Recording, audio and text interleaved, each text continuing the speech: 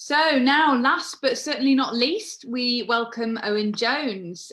For a decade now, Owen has been one of the few voices given a platform in the mainstream media, flying the flag for socialism, and is therefore an incredibly busy guy. So thank you so much for joining us this evening. So Owen, are the Tories being let off the hook right now, and why?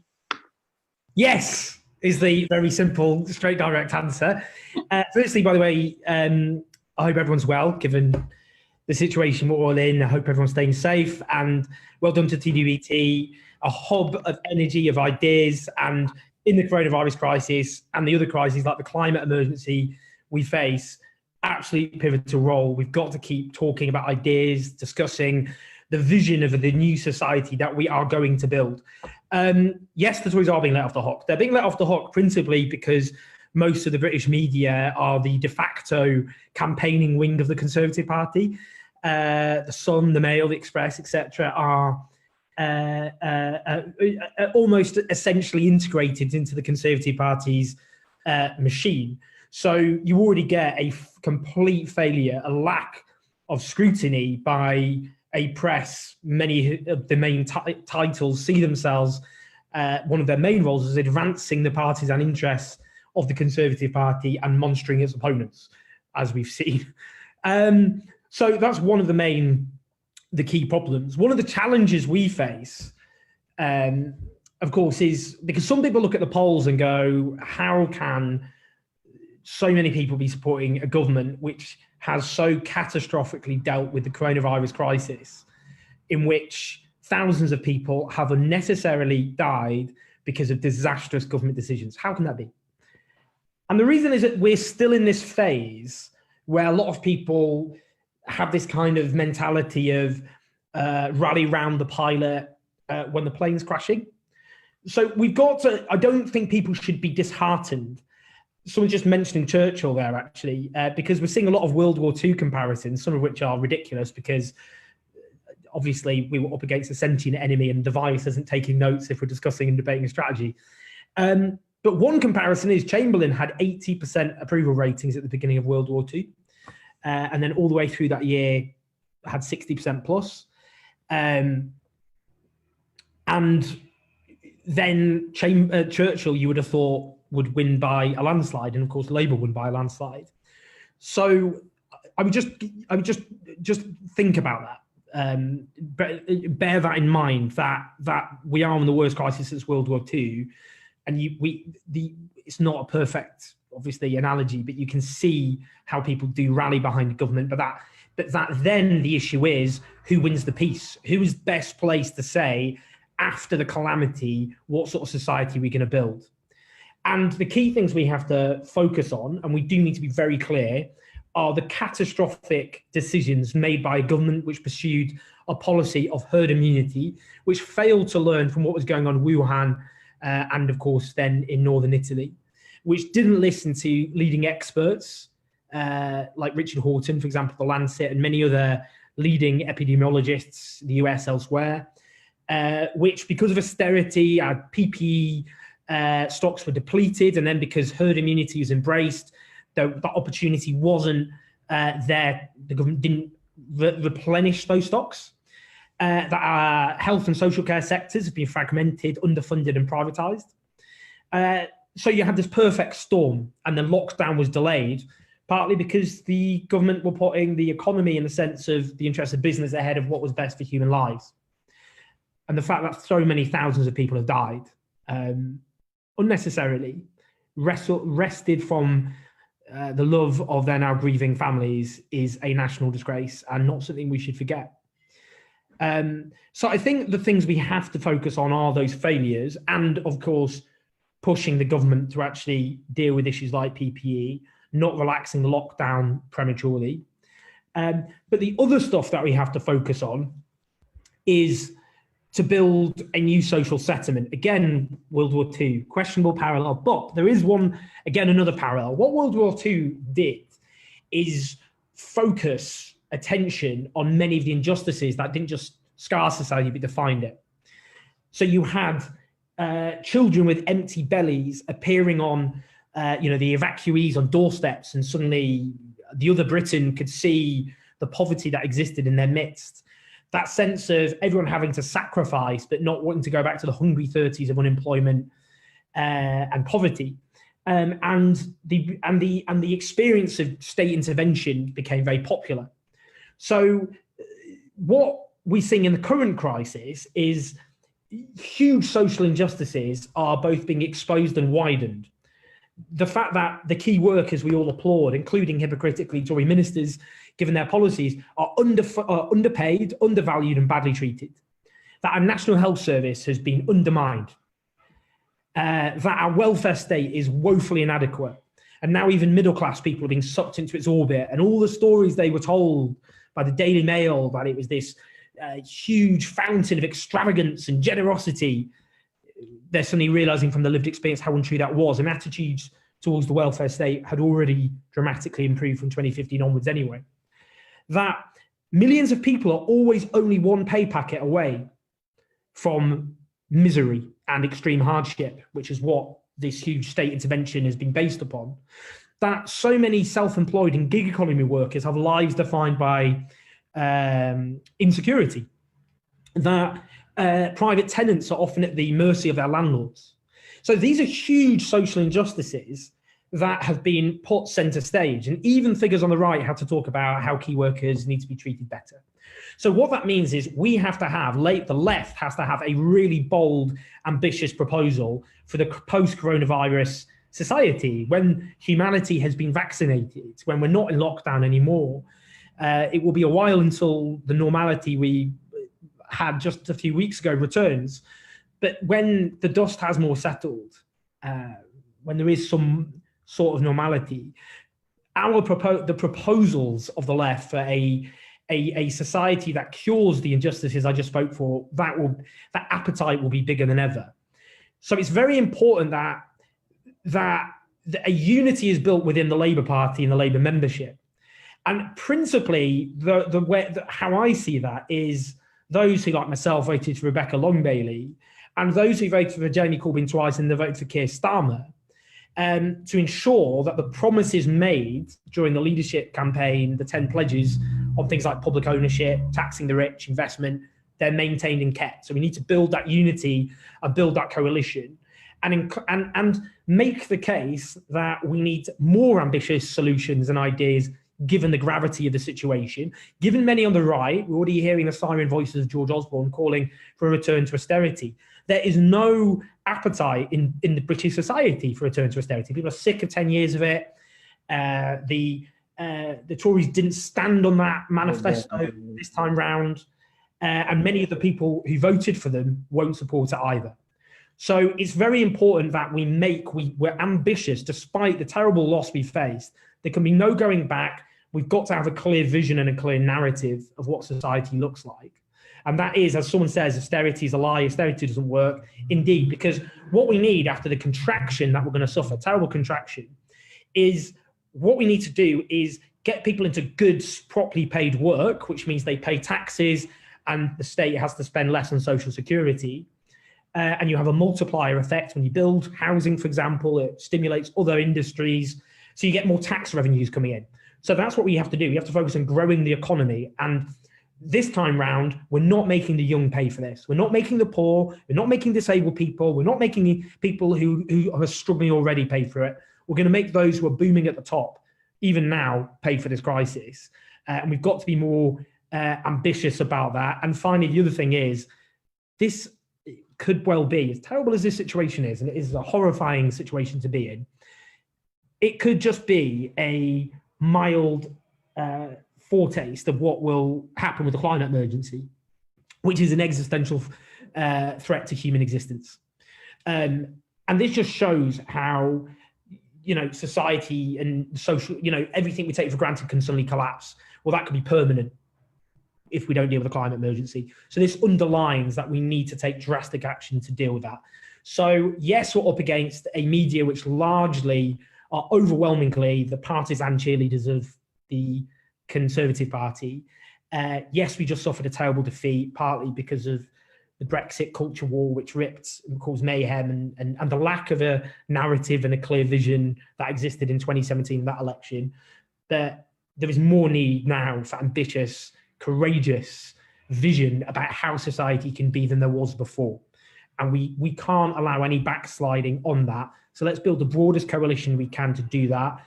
Let's use stuff like this to keep talking, and then afterwards go out into our communities to make the case.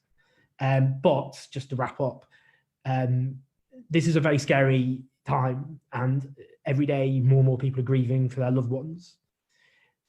But we have to be clear, very clear now, what the Tories did catastrophically wrong. Don't let them, as they want to do, revise history and move on as though nothing happened and redefine the terms of debate on their terms. That's why Labour and the left have to be unapologetic about making clear what those mistakes, those disastrous mistakes were. I mean, mistakes are knocking over a pint of beer or something, not causing death on a mass scale and economic devastation. And we've got to be clear about that ambitious vision, and we're going to keep fighting for it. And I know everyone in this chat, they've got that fire in their belly, despite what's happened, to keep fighting and know that we've got to win the peace. And that peace is to build a Britain cured of the injustices that we've seen exposed by this crisis. Absolutely. Yeah, thanks for that, Owen. Really interesting talk there, and a lot of food for thought. I'm just going to dip into a few questions that were asked in the chat. We've got one here that says, do you think we should talk about how Labour rebuilt the country after World War II, and should we cash in on that Blitz spirit? I think that's a very, very good point. I mean, it's that point, wasn't it, that you have people rally behind the Prime Minister, including Neville Chamberlain, despite, I mean, I have to say, this is this other thing which really winds me up when people on the right use the World War II analogy, because people then go, oh, what, you had all these backseat generals. Imagine Twitter during 1940. They forget that in 1940, 9 months into the war, the Prime Minister, Neville Chamberlain, was replaced because of the disastrous government mishandling of the war, not least after the fall of Norway. Complete revision of history. So that just shows why we do. During war, when we were at risk of Nazi invasion, there was a public debate and the government was held to account, and that led to the fall of the Prime Minister. So I think people should be aware of that. But in terms of what Labour did, the reason there was this sense of Churchill, because he was the wartime leader, and the Allied victory, that therefore the glory, he would therefore win by a landslide. But people wanted to know what comes next. They didn't want to go back to how things were. They thought, we've made this huge sacrifice. We've seen these huge injustices really come to the fore, and we need answers to them. And that should be Labour's approach again. It should be the same spirit of Clement Attlee, a mild-mannered former lawyer who came from the middle of the Labour Party, who'd replaced the radical left-wing leader with pacifist inclinations, George Lansbury. Who knows? Maybe history's repeating itself. But that radical agenda, they realised they had to, the only way of winning that election was to satisfy the yearning that after people made all those sacrifices and saw the poverty and injustice that had been hidden beforehand, they needed real answers. And, William Beveridge, who laid the foundations for the welfare state, he wasn't a socialist, he was a liberal, but he said in revolutionary times such as his own, it wasn't a time for, kind of just going around the edges. It was time for revolutionary answers. And that's true today. And the other danger is, by the way, if Labour don't, there is the danger that elements of the right are abandoning neoliberalism and combining this kind of nativist racism and authoritarianism with kind of raids on our ideas. That's happening in Hungary, awful far-right dictatorship, Poland, and another authoritarian right-wing government. But they appropriate elements of the left, and this government could do that as well. So if you end up with Labour kind of at a time of huge public appetite, where you've got a shape-shifting prime minister, not literally, politically speaking, that'd be really weird, that if Labour doesn't have those radical ideas, then they might actually feel they can raid elements of our policy programme and policy ideas. So we've got to answer people's, there will be, I think, a huge economic devastation as we all know, as a consequence, social turmoil as a consequence. The issue will come up again, who pays? And it's not going to be the same people paying all over again. The Tory wallet inspectors coming around to empty the already diminished wallets and bank balances of the young and the struggling and disabled people. It's got to be those at the top who have boomed for the last decade. So let's have that radical vision.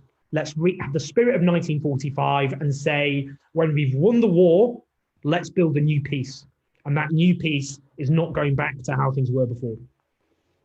Right, thanks, Owen. We've got time for just to squeeze one last question in. And it is, after the Sunday Times criticism of the government this weekend, do you think Rupert Murdoch is gunning for Johnson to replace him with someone else? And would that else be Keir Starmer? And if so, why? No, I really don't think Rupert Murdoch is going to back the Labour Party. Obviously, Tony Blair did a Faustian pact, as we all know, with the Murdoch empire. And I just, there's absolutely no way that's even politically possible, let alone anything else. People are speculating about backing Gove. I would note with that piece, though, it wasn't the splash. I mean, it's such a devastating piece. Any other, it just shows how, the media are dealing with. You finally get a newspaper actually holding the government for self-evident disasters, and it actually brought together a lot of stuff that's just in the public domain. But it brought it together, and it wasn't even the main news story. It was actually they did some news story based on government briefings. So I think it might be the case that Rupert Murdoch is calculating that there will be such a devastating political cost that Boris Johnson will have to be replaced by another Tory leader. I mean, we saw that with May, didn't we? It was that case of, get her to try and push this through, and then when we're disposed of her, just get rid of her and then put in another Tory leader and press a reset button. And they know that worked last time. So there might be that element. But all I'd say is, if you're really hoping the media are going to consistently scrutinise and hold this government to account, I think people are going to be very, very disappointed. That is up to us. It's up to the Labour movement. It's up to the left. I hope the Labour leadership understand that and really take that message very much forward. So I would say, I think what the Sunday Times showed is this is such a overwhelmingly damning case. And that means of all people, we can't be the ones to somehow backtrack or be too nervous about criticising the government. We have to be very clear that thousands of people have died unnecessarily, as in a pandemic was always going to kill people. It was a horrible fact, but it could have been mitigated. And thousands of people, including NHS staff who are dying because of a lack of PPE, because of government policy. And we've got to be absolutely very, very clear about that. And we've got to be clear about those criticisms. That all I'd say is with Keir Starmer, and we need to be clear because, we shouldn't fall into the trap. I'm not saying people are, but do you remember there was always this kind of, when Jeremy Corbyn became leader, it was these people on the right of the Labour Party were like, every time the media attacked it was like, ha, ha, ha, ha. They lapped it up. We can't do the same, obviously. We should criticise the Labour leadership on our own terms, on the basis of, obviously, we want to advance our ideas and we want Labour to win. But if people were hoping that because, he's a lawyer, he's got great hair, I don't know, people think, he's got this kind of air competence, you trust him, I don't know, to babysit your kids and the flat wouldn't be set on fire or whatever. Like, if they think he's going to be immune from media attacks and they thought the last 5 years of all these awful media attacks, now they're going to end, going to be gutted. The media haven't gone for him yet because it seems unseemly to do so in a pandemic, but they will. And they will try. You remember how they went after Ed Miliband over a bacon sandwich. They went after Ed Miliband over his dead father. There is nothing they will not do. So I think we should be very clear about sticking to our ideas and policies and defending them within the Labour Party and building pressure to get the most ambitious policies from the Labour leadership and be very pushed back against vicious right-wing attacks, because that is coming. And the only way, just finally, that Labour can protect itself from that is to have a clear vision, a radical clear vision. Because if you don't define yourself, you're always defined by your opponents. And we've seen how that's happened. And that's what Labour have to do: offer a clear vision, and don't cower before the right wing press.